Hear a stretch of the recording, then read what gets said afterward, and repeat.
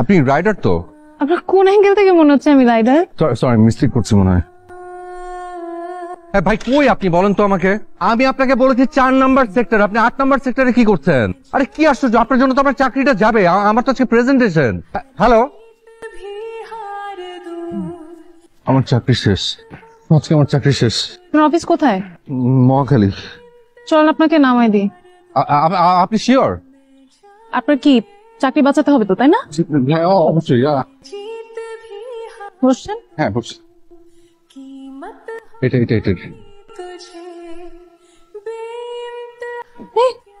অভদ্র। Thank you so much. আমার আসলে একটা প্রেজেন্টেশন তো, আমার দেরি হয়ে যাচ্ছে। অসংখ্য ধন্যবাদ, থ্যাংক ইউ। না ভদ্র। মর্নিং শোনার আগে যে কেন আসতে পারি না। স্যার, আসসালামু আলাইকুম স্যার। সালাম স্যার। আরে এটা কে? এটা ধ্রুব না? Yes sir. আচ্ছা ধ্রুব, আজকে তুমি কিসে করে অফিসে এসেছো? লেট মি গেস, বুলেট ট্রেনে করে অফিসে এসেছো তাই না? Sorry sir. হরি বলছো কেন? আজকে তুমি একদম অন টাইম অফিসে এসেছো। ইনশাআল্লাহ স্যার, সামনে আর দেরি করে আসবো না স্যার, অন টাইম আসবো স্যার। এটা তুমি কেন বলছো? তোমার ইচ্ছে হলেই তুমি লেট করে আসবা। তোমার জন্য তো অফিসের কোনো কাজকর্ম থেমে নেই। আজকে তো স্যার লেট হয় না স্যার। হ্যাঁ স্যার, আজকে তো একদম সময় মতো চলে আসছে স্যার। ওদের সামনে স্যার ইনসাল্ট করেন না স্যার। বন্ধুর জন্য বন্ধুর কি টান, এই টানটা যদি কোম্পানির জন্য থাকতো আফসোস। যাই হোক, বলো তো ধ্রুব, এটা কি? কি স্যার? এটা হচ্ছে তোমার টার্মিনেশন লেটার। ভেবেছিলাম আজকেও তুমি লেট করে আসবে এবং এটা আমি তোমার হাতে ধরিয়ে দিব। তো মজার ব্যাপার কি জানো, আমি এখনো সাইন করিনি। আলহামদুলিল্লাহ। তারপর স্মৃতিস্মারক হিসেবে এটা আজকে তোমাকে আমি দিব। মানে প্রতি রাতে ঘুমানোর আগে এটা একবার দেখবে, সকালবেলা ঘুম থেকে উঠে এটা আরেকবার দেখা। এটাই হবে তোমার কাজ। Thank you. Mention not. Presentation ready? জি স্যার। রুমে আসো। আসলে মানে আমি তো ভাবছিলাম আজকে গেছি, আজকে খাইছি কট। একটা মেয়ে এসে আমার জীবনটা বাঁচাইছে জানিস। ওই মেয়েটার কারণে তোর চাকরিটা বাঁচলো, তোর জব সেভার। আর ওটা কিসের জব সেভার, লাইফ সেভার বল। ও, একটা সেকেন্ড। All the best. হ্যাঁ কাকু চা আছে? দেন না আমাকে একটা। কত? চিনি বেশি দিয়ে দিচ্ছেন। ওরে বাবা, এত মিষ্টি। প্রতিবার কি হলো এটার? Excuse me, hello, life saver. আপনি? তাই তো, আবার আপনি? ওয়েট, আপনি আমাকে কি ডাকলেন? Life saviour. চাকরি বাঁচিয়েছি দেখে? জি। আপনার প্রেজেন্টেশন কেমন গেল? খুব ভালো, বস খুব খুশি হয়েছে, thank you. By the way, আমার নাম ধ্রুব। আপনি? আমি ফিমিন। আপনি কি করেন? পড়াশোনা করি। কিসের? সিএসসি তে। আপনার বাসা কোথায়? উত্তরাতে। আপনার? উত্তরা। বাহ। উত্তরা শুনে এত খুশি হচ্ছেন কেন? আপনার অন্য কোনো উদ্দেশ্য আছে? না, এমনি কোনো উদ্দেশ্য নেই। চাটা একটু তাড়াতাড়ি শেষ করুন। কেন? করুন বলছি। শেষ, একটা সেকেন্ড। উঠে পড়ুন। শিওর? বলেন কি? বলছেন? হ্যাঁ।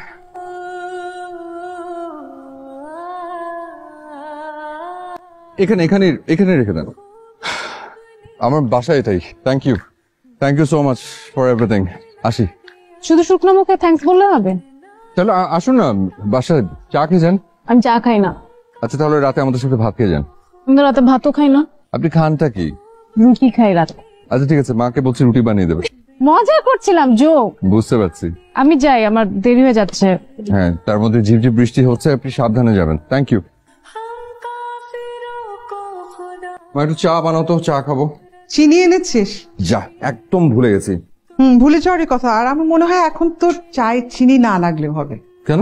ওই যে দেখলাম চিনির মতো মিষ্টি একটা মেয়ের সাথে কথা বলছিলি। তুমি কি মনে করছো ওই মেয়ের সাথে আমার প্রেম? তো মা, মেয়েটার নামও আমি জানি না, মেয়েটা আমাকে নামিয়ে দিয়ে গেল। সারা জীবন আমি জানতাম ছেলেরা মেয়েদেরকে লিফট দেয়, এখন মেয়েরাও ছেলেদের লিফট দেয়। যেটা ঘটেছে সেটাই তোমাকে বললাম। আর ওটা তুই ভাবছিস যে আমি বিশ্বাস করব? এবার একটু দয়া করে চা দাও। হ্যাঁ তিনজে যা। আপনি আবার? তাই তো দেখছি, কিন্তু আপনি আপনার দ্বিচক্র যান ছেড়ে ত্রিচক্র জানে। কারণ আপনি একটা কুফা, তাই। কেন, আমি আবার কি করলাম? আপনাকে বাসায় নামিয়ে আমি যাওয়ার সময় বৃষ্টিতে গেল, আমার প্লাগটা নষ্ট হয়ে। আরে আই এম সো সরি, আমার জন্য আপনার এরকম একটা ভোগান্তি হলো। বৃষ্টিকে আপনি নামিয়েছেন? তা না, ঠিক আছে যান তাহলে, আজ আর আপনার ভোগান্তি না বাড়াই। কোথায় যাচ্ছেন? অফিস, আর কোথায়? চলুন আপনাকে নামিয়ে দিয়ে আসি। না না, আপনি আমাকে কুফা বলেছেন, আবার কোন না কোন ঝামেলায় পড়বেন, দরকার নেই। সিএনজি ভাড়াটা আপনি দিয়েন, তাহলে কুপা কেটে যাবে।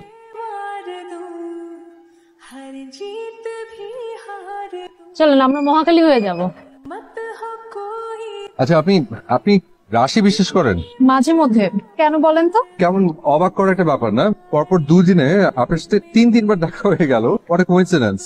এটা শুধুমাত্র কোইন্সিডেন্স, এখানে ভাগ্য টেনে আনবেন না। দরকার নেই টানার, আপাতত আমাদের মন্টু মামাই টেনে নিয়ে যাক। হ্যাঁ মামা, আমার নাম আসলে মন্টু মিয়া। হোয়াট আ ঝড়ে বক। জি না, এটাই হচ্ছে রিয়েল কোইন্সিডেন্স। আচ্ছা ঠিক আছে, আপনার কথা মেনে নিলাম। একটা কথা বলবো? বলুন। Is it too early to ask for your phone number?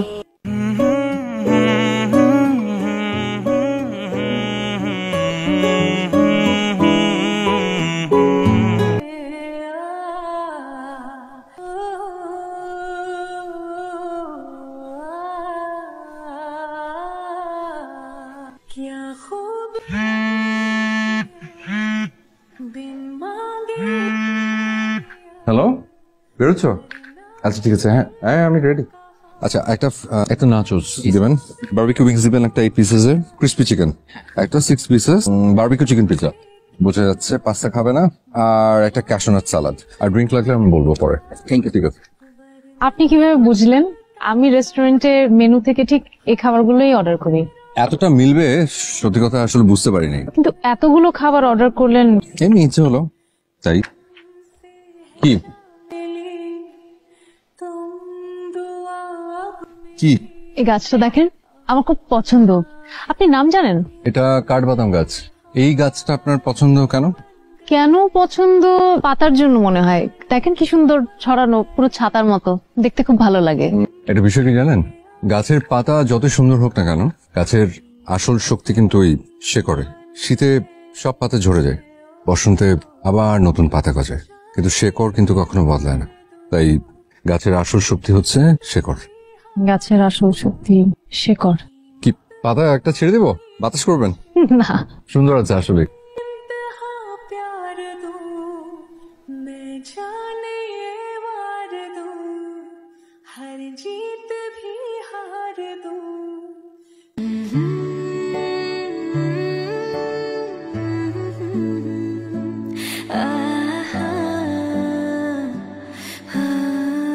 হয়ে গেছে ভাজা? গরম গরম খা। নাইস। বৃষ্টি হচ্ছে এই ওয়েদারে ভাজা পোড়া, এর থেকে বেস্ট কি হতে পারে বলো? তুমি নাও। কি হয়েছে মা? কি হবে? চিকন হাসি হাসছো কেন? মেয়েটা কিন্তু অনেক সুন্দর, বুঝলি? কোন মেয়ে? ওই মেয়েটা তোদের দুজনকে বেশ মানাবে কিনা। ওর নাম সিমিন। তুই না আমাকে বললি তুই ওর নাম জানিস না? এখন জানি। আমি ঠিকই জানতাম। কি জানতে? এই যে যা ঘটছে এখন বুঝলি তো? তোমার সমস্যাটা কি? কিসের সমস্যা স্যার? তুমি এই ধরনের আচার আচরণ কেন করছো অফিসে? কি করেছে স্যার? আমি বলেছিলাম 3 জন ক্লায়েন্ট তুমি হ্যান্ডেল করবে, সেখানে 7 জন ক্লায়েন্ট তুমি হ্যান্ডেল করেছো। কারণটা কি? Sorry sir. এইটা কি? কি স্যার? এটা তোমার প্রমোশন লেটার। স্যার গত কিছুদিন তুমি এত ভালো পারফরমেন্স দেখিয়েছো, আমি অনেক খুশি হয়েছি ধ্রুব। তোমার প্রমোশন না দিয়ে আমি আর পারলাম না। Hello, hello. একটা গুড নিউজ আছে, আমার প্রমোশন হয়েছে। সত্যি? সত্যি? সত্যি। তাহলে তো তোমার আমাকে ট্রিট দিতে হবে। এনি টাইম, তুমি যখন বলবে। আজকে না, কালকে তো দেখা হচ্ছে। কালকে? আচ্ছা ঠিক আছে। সিমিন, আমি আমি পরে কথা বলছি, আমার মা ডাকছে আমাকে। শোনো। কি বলো? আই বলো না। I I am thankful to you. রাখি। কাল দেখা হচ্ছে। সিমিন, আসছি। আচ্ছা, এই হচ্ছে ম্যাজিক। কিসের ম্যাজিক? Magic of love. কে? ওই যে মেয়েটা। কোন মেয়ে? আর আমার লাইফ সেভিয়ার। ও আচ্ছা, লাইফ সেভিয়ারই প্রমোশন, আর লাইফ পার্টনার হলে যে কি হবে। সিমিন, আজকে কয়টা ক্লাস তোমার? 3টা ক্লাস। ফিরতে কয়টা বাজতে পারে? এই তো 4টায় ক্লাস শেষ, 5টা ইউজুয়ালি যেটা আমি ফিরি। কেন? হাসিব ফোন করেছিল, বলল 3 দিনের মধ্যেই দেশে ফিরছে। ও ওরা চাচ্ছে এবারই বিয়ের অনুষ্ঠানটা করে ফেলতে। ঠিক আছে। তাহলে ওদের জানিয়ে দিচ্ছি ব্যাপার।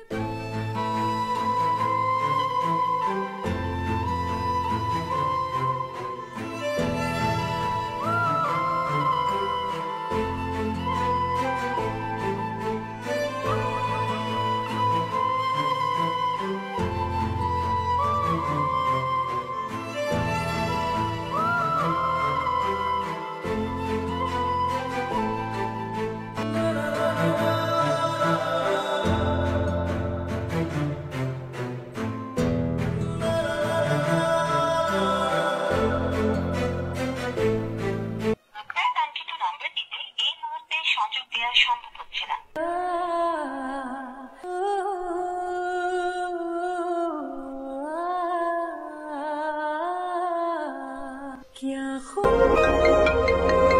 হ্যালো, আচ্ছা এসবের মানেটা কি?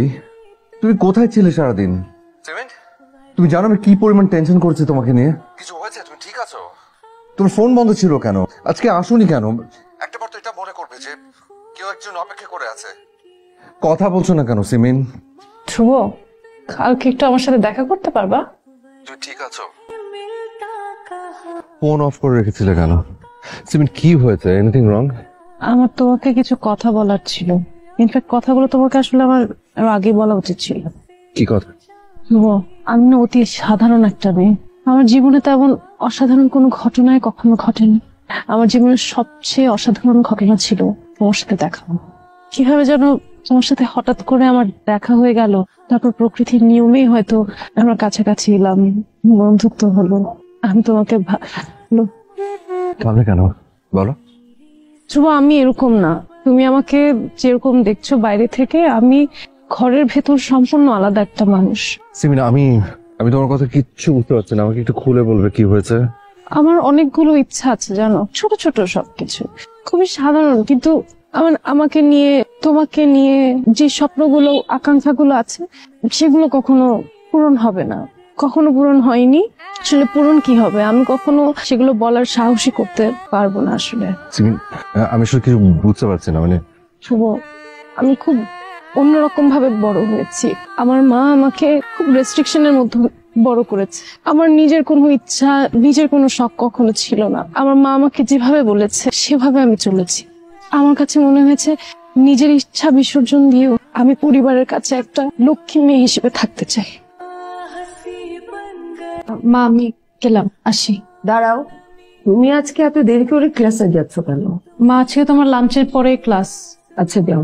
মা, আজকে একটু ফিরতে দেরি হবে, কারণ ইউনিভার্সিটির অ্যাসাইনমেন্টের কিছু কাজের জন্য ম্যাটেরিয়াল কিনতে হবে। তুমি মার্কেটে যাচ্ছ কার সাথে? ফারিয়া, তুমি চিনো? যে মেয়েটা বাসায় এসেছিল সে? ওর মা সহ। ঠিক আছে যাও। শোনো, ওর নাম্বারটা একটু দাও। মা প্লিজ, আমার জন্য একটু এম্বারেসিং হয় তুমি যখন দিতে বলেছি, দাও।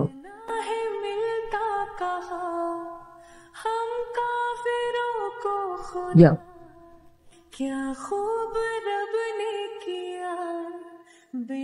তোমার পরীক্ষা যেন কবে?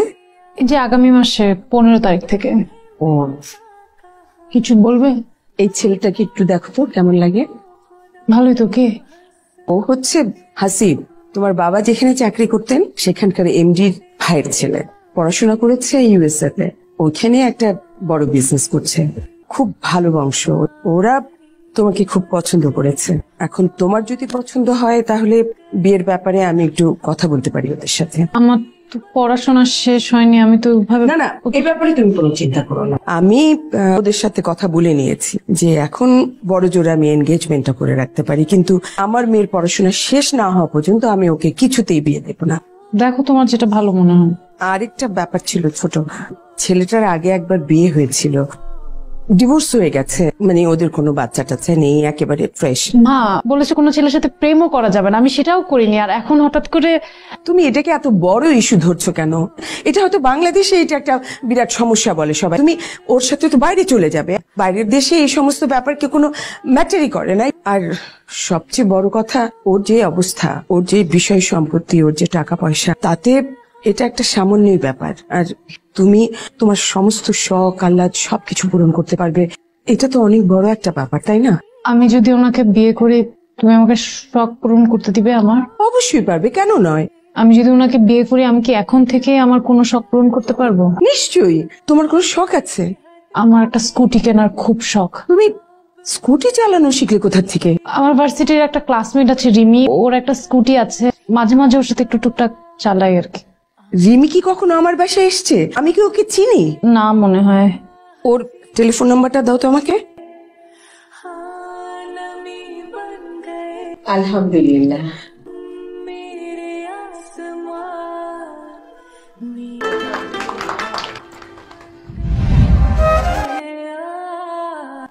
এই কথাগুলো তোমাকে আমার অনেক আগে বলা উচিত ছিল।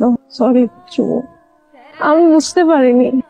আমার কাছে মনে হয়েছে যে এঙ্গেজমেন্টটা আমার জন্য একটা স্বাধীনতার পথ খুলে দিচ্ছে, কারণ আমি একটা বাইক কিনতে পেরেছি, আমার নিজের মতো ক্লাস করতে পারছিলাম, আমার সাথে পরিচয় হলো, হেসে খেলে দিনগুলো কি সুন্দর চলে যাচ্ছিল। আমার মাথায়ও ছিল না যে আমার এই স্বাধীনতার পায়ে একটা বেড়ি আছে। দিন শেষে আমি সেখানে বাধা। আমাকে তুমি ক্ষমা করে দিও, আর তোমার সাথে আর কোনো যোগাযোগ রাখতে পারবো না। বিয়ে কবে তোমাদের? Next week. তো সিমিন না, আমি প্লিজ আমাকে বলো না তুমি কিছু, আমি শুনতে চাই না। আমি কিছু করতে পারবো না, আমাকে তুমি মাফ করে প্লিজ। ভালো থেকো।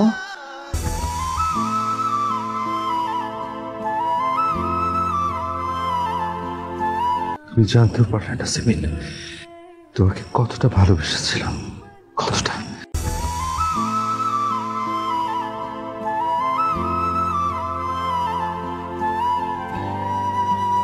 এক্সকিউজ মি, মেয়েটা ম্যাডামকে দিন। আমার আসলে তেমন খিদে নেই, আপনি অর্ডার করেন। আরে এতদিন হয়ে গেল এখনো আপনি থেকে তুমিতে আসতে পারলো না। আচ্ছা আমি তোমার পছন্দের খাবারগুলি অর্ডার করছি। ক্রিম অফ মাশরুম স্যুপ দুটো, এবং হ্যাঁ দুটো মালটা জুস এখনই দিয়ে যাবেন। সিমিন তোমার জন্য। Thank you. আর দেখো, আচ্ছা ঠিক আছে আমি দেখাচ্ছি। খুব সুন্দর, থ্যাংক ইউ। আমি অনেকগুলো দোকান ঘুরে তোমার জন্য এটা পছন্দ করে এনেছি। Anything wrong Simin? Everything is okay. যে সিমিন, মা আলাপ করছিল আমার সাথে, আমরা এখানে বিয়ের অনুষ্ঠানটা ঘরোয়া ভাবে কি ছোট করে করব, আর দুবাইতে অথবা সিডনিতে মেইন প্রোগ্রামটা করতে চাই। এখন তোমার কি মতামত বলো? আপনারা যা ভালো মনে করেন। আর আমাদের যেটা ইচ্ছা বললে হবে, তোমার একটা কন্ট্রিবিউশন লাগবে না? আমার মনে হয় কি আপনি মার সাথে কথা বললেই ভালো হয়। Simin, are you really all right?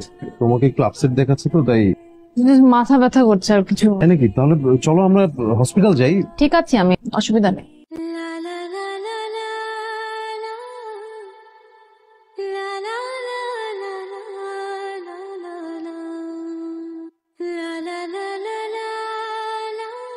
আসসালামু আলাইকুম আন্টি। ওয়ালাইকুম আসসালাম। এসো ভেতরে এসো। আন্টি আমি ধ্রুবর ফ্রেন্ড। আমি জানি ধ্রুব তোমার কথা আমাকে বলেছে। আসলে হয়েছে কি, কয়দিন ধরে ওকে ফোনে পাচ্ছি না, অফিসেও নেই, ভাবলাম বাসায় এসে একটু খোঁজ করে যায় আর কি। বাসায় নেই, আজকাল কি জানি হয়েছে, ওই সকালবেলা অফিসে চলে যায়, তাড়াতাড়ি অফিসে গিয়ে বের হয়ে যায়, তারপর যে কোথায় যায়, ফিরে একদম রাতে। আমাকে তেমন কিছু বলে না, চুপচাপই থাকে। তোমাদের মধ্যে কি কোনো ঝগড়া হচ্ছে? না আন্টি, আমি উঠি তাহলে aunty. It's alright. Excuse me sir, আপনার একটা চিঠি আসছিল। আমার? Thank you. ওয়েলকাম।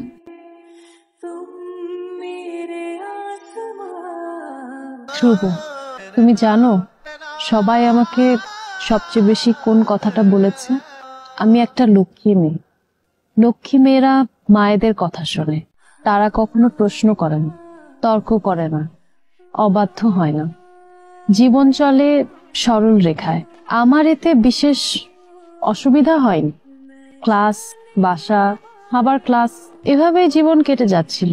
কিন্তু জীবনে প্রথমবার সাহস করে সেই তথাকথিত লক্ষ্মী মেয়ের ইমেজ হয়তো একটু ভাঙলো যখন আমি স্কুটি চালানো শুরু করলাম।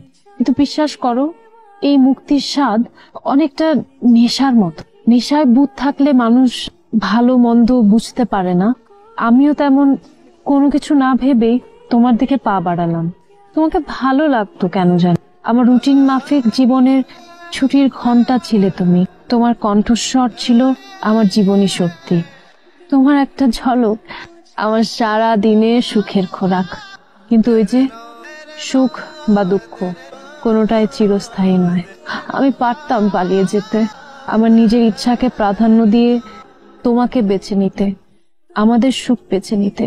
তবে জন্ম থেকে যার পায়ে বেড়ি পরানো থাকে সে হয়তো কিছু সময় চারণ করতে পারে, তবে দিন শেষে তাকে ফিরে যেতে হয় নীড়ে। আমার মাই আমার নীড়।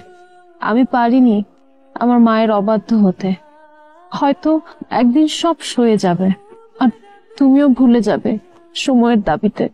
শুধু থেকে থেকে বুকটা হু হু করে উঠবে। তখনই ভীতু লক্ষ্মী মেয়েকে ক্ষমা করে দিও যদি পারো। আশা করি সারা জীবন সুখে থাকবে। ধন্যবাদ আমাকে জীবনের সবচেয়ে সুন্দর সময়টা উপহার দেওয়ার জন্য।